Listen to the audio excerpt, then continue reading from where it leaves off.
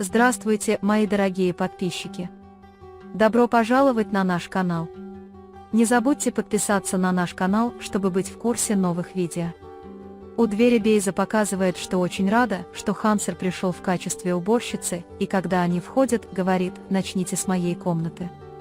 Когда он снимает тапочки, которые принес с собой кинжал, он ведет себя так, как будто они отвратительны, звонит Гэже Фадиме и говорит: «Отдайте тапочки уборщице и оставьте их в покое, когда она закончит».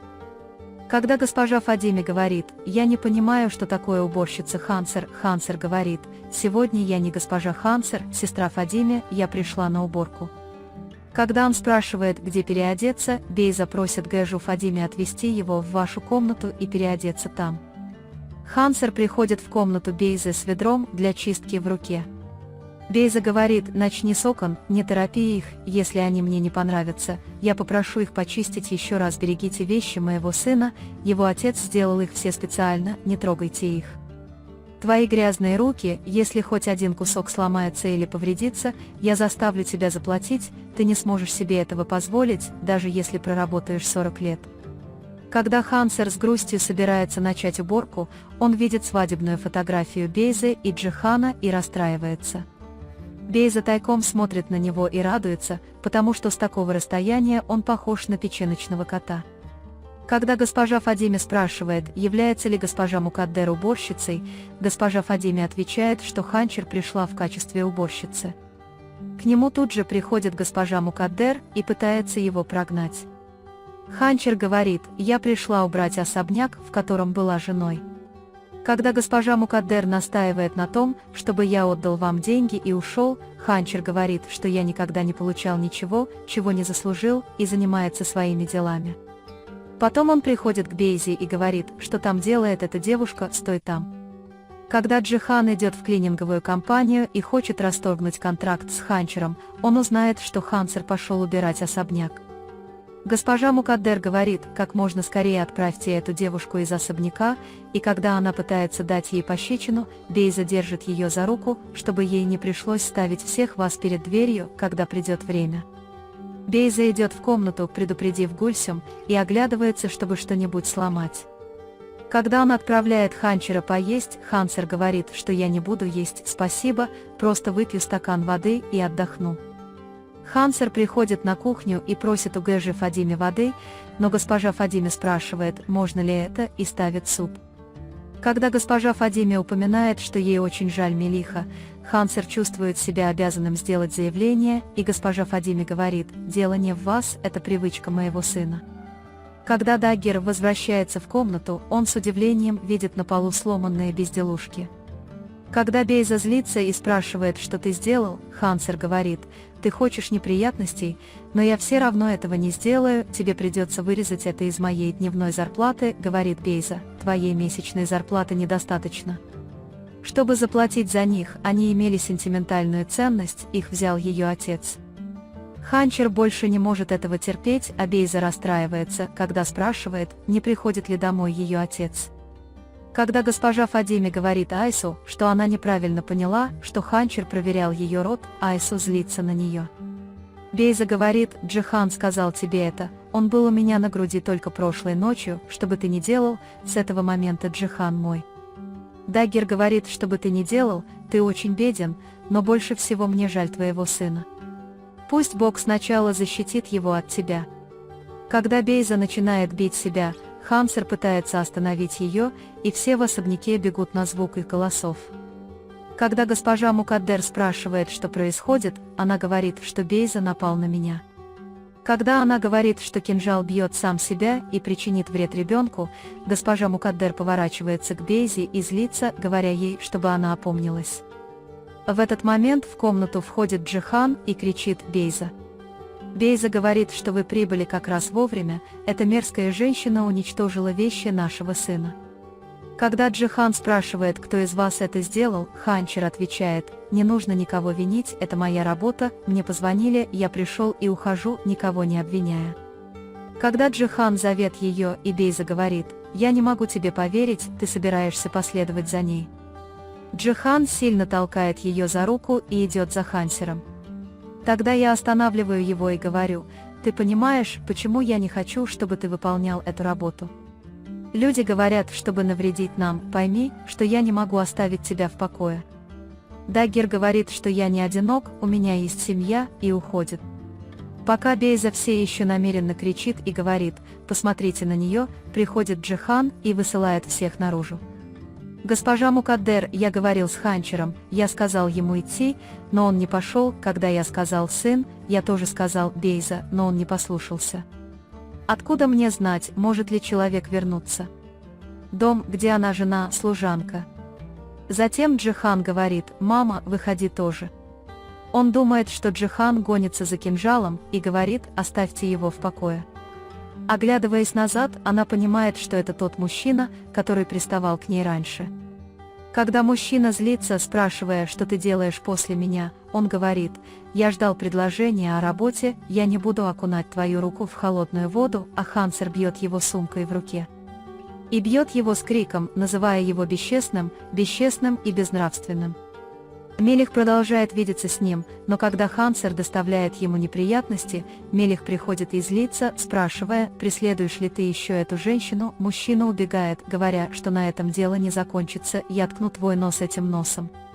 Мелих шутит: теперь я не отвезу тебя домой, ты оставишь меня в покое. Кстати, где ты проходил военную службу? Когда Бейза обвиняет Джихана в том, что он так обошелся со мной из-за этой девушки, Джихан говорит: позволь мне сказать тебе, я не трону тебя до скончания веков, этот брак останется только на бумаге, и выходит из комнаты. Бейза сходит с ума, и у нее случается нервный срыв. Когда Ханчер приходит домой, Дерья встречает его у двери и говорит Ханчеру: ты пришел рано. Когда Ханчер говорит, что я поругался с домовладельцем и ушел, Дерья ругает его, потому что я слышал новость о том, что тебя уволили с работы. Затем, думая, что Эмир не сможет оплатить поездку, он расстраивается и просит у Дерьи кредит, но Дерья отказывается, говоря: почему у меня его нет. Когда Эмир пришел и спросил: ты заплатил за поездку, я не смог дать ему кинжал, но он сказал: дай мне поговорить с твоим учителем, может быть, они продлят ее на несколько дней. Эмир грустно уходит внутрь. Мелих встречает свою сестру Айсу у дверей особняка и, попросив мать, дает немного денег и уходит. Несмотря на то, что Айсу спрашивает, что на тебе надето. В машине цветы, Мелих не говорит ей, что пошел просить синим. Джихан приходит к господину Эртугрулу, но когда хозяин с ним не разговаривает, он спрашивает: заслуживаю ли я этого. Когда хозяин спрашивает, заслуживает ли Ханчер этого, Джихан отвечает, что все, что я делаю для Ханчера. Мастер говорит: я видел то, что мне нужно было увидеть перед полицейским участком, я видел человека, который зазнался со своей фамилией, ты не думаешь о нем, ты думаешь о том, что скажут люди. Когда Джихан говорит, что он неправильно понял то, что сделал ради своего блага, чтобы защитить его, мастер злится, потому что он говорит, что нельзя сделать никому добро силой, особенно причинив ему вред. Мастер Эртугрул советует: прими решение сейчас, будешь ли ты портом, где ты сможешь дышать на своем пути, или шипом, жалящим твою ногу, тогда приходи ко мне. Пока Хансер готовит стол, входит Дерья, протестуя против нового законопроекта. Когда Ханчер приступит к работе, я со всеми разберусь, этого достаточно, говорит он. Дерья очень злится и говорит Хансеру: ты сознательно и неосознанно берешь на себя мои грехи, не делай этого. Тогда Бейза говорит: знаешь, кто меня туда позвал? Дерья говорит, что я вырву ей волосы перед особняком. Когда Хансер говорит, что он очень злился на нее и что он сделал уборку, хотя это было трудно, но он больше не мог молчать и начал говорить, Дерья говорит, что в этом нет ничьей вины, ты сделал это сам, ты нашел это сам. Пока господин Эртугрул заботится о своей прикованной к постели жене, Джихан наблюдает за ним. Джихан говорит, что мне стыдно за то, что я не был с тобой в трудную минуту, хозяин, прости меня. Когда хозяин спрашивает, приедет ли он, если я позвоню по телефону, Джихан отвечает, что приедет, если у него обе руки в крови. Затем он объясняет, как его жена стала такой. Я благодарен каждый день, я благодарю моего Господа за то, что он даровал мне мир перед врачом в тот день. Сядь и попроси мира у твоего Господа, иначе путь, по которому ты идешь, не тот путь. Джихан говорит, что нелегко быть хозяином, нелегко быть Платаном. Хозяин, прости меня, я всегда с тобой, ты это знаешь, верно? Когда хозяин один, он молится: Господи, облегчи этот путь любящим рабам Твоим и даруй им мир. Пока Гульсим наводит порядок, она находит упавшее ожерелье Бейзы. Сначала он думает, что я должен взять его и отдать ему, чтобы он не звонил, потом говорит, почему я его беру. Он потерял свой браслет, я думаю, это все равно не имеет значения. Синим с нетерпением ждет Мелиха, и когда он приходит, она забывает пригласить его войти в дверь, и они сладко смеются. Пока Джихан думает о разговорах с Ханчером, он также думает о том, что сказал мастер Эртугрул. Синим готовит кофе и приносит его. Мелиху трудно дойти до сути, а затем он говорит: «Я очень люблю твою дочь, я люблю свою, как свою собственную дочь, я сделаю все возможное, чтобы сделать их счастливыми». Затем он заставляет ее замолчать и говорит: «Хватит.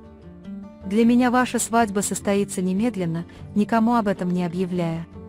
Мелих говорит: «Если ты, конечно, считаешь это уместным, позволь мне поцеловать твою руку», и целует руки родителей Синим. Ханчер смотрит на ее фотографии с Джиханом и понимает, что скучает по тем временам. Джихан достает шарф Ханчера, который он спрятал в ящике, берет его в руку, смотрит на ее фотографии с ним и грустит.